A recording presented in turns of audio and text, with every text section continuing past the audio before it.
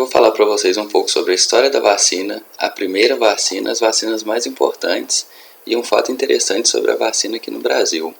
Se você quiser saber, assista o vídeo.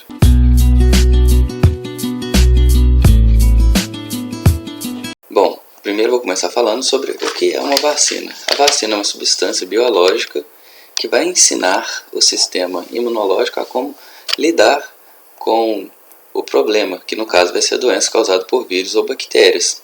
E a vacina vai ser o quê? Ela vai ser composta por um agente semelhante ao causador da doença, ou por partes desse micro-organismo que causa a doença, ou até mesmo o micro-organismo, que pode ser numa forma atenuada, que vai ser o micro-organismo enfraquecido, o vírus ou bactéria no caso enfraquecido, ou de forma inativa, que vai ser o vírus ou bactérias mortos.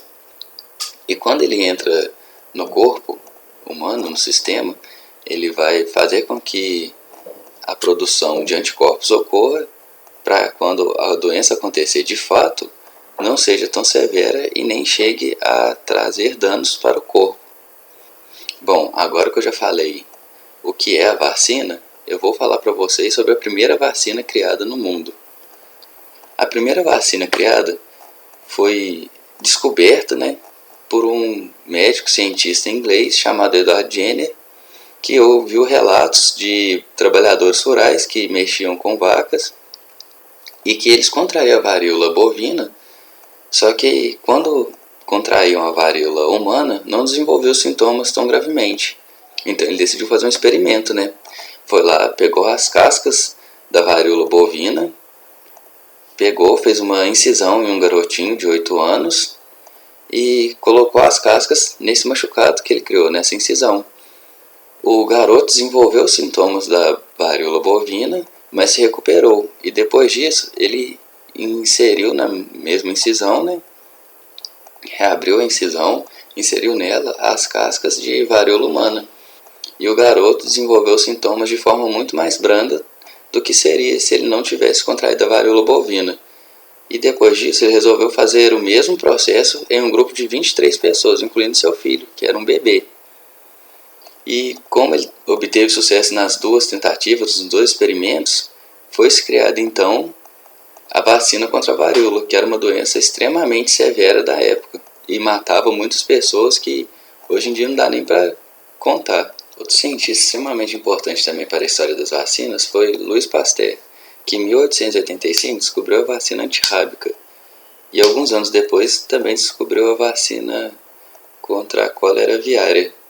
E ele decidiu batizar as suas substâncias descobertas de vacina em homenagem a Jenner, que pegou as substâncias da varíola bovina. Uma outra vacina também importante para o mundo todo foi a vacina contra a febre amarela, porque era uma doença altamente transmissível, que era transmitida, ainda é transmitida pelo mosquito Aedes aegypti, o mesmo que transmite a dengue, chikungunya, o zika vírus. E em 1937, Max Tyler, um sul-africano, desenvolveu a substância que efetivamente trataria da febre amarela. Em 1951, ele ganhou o prêmio Nobel devido a isso.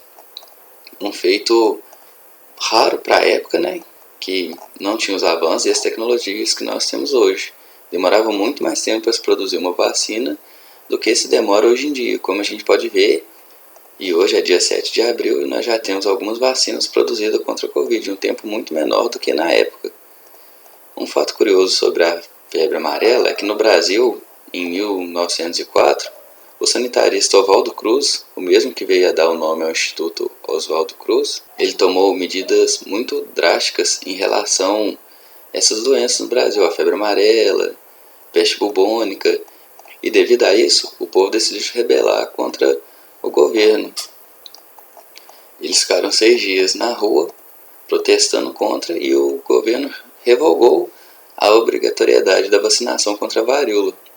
Mas hoje em dia a história é outra, o sistema de saúde do Brasil, apesar de muitas pessoas reclamarem, é um dos mais eficientes do mundo, sendo ofertado de forma gratuita, o que já é uma grande vantagem, porque nos Estados Unidos, por exemplo, caso você tenha que vacinar, precise ir no hospital, dificilmente vai ser de graça. A maioria das vezes será de forma privada, você terá que pagar pelo serviço.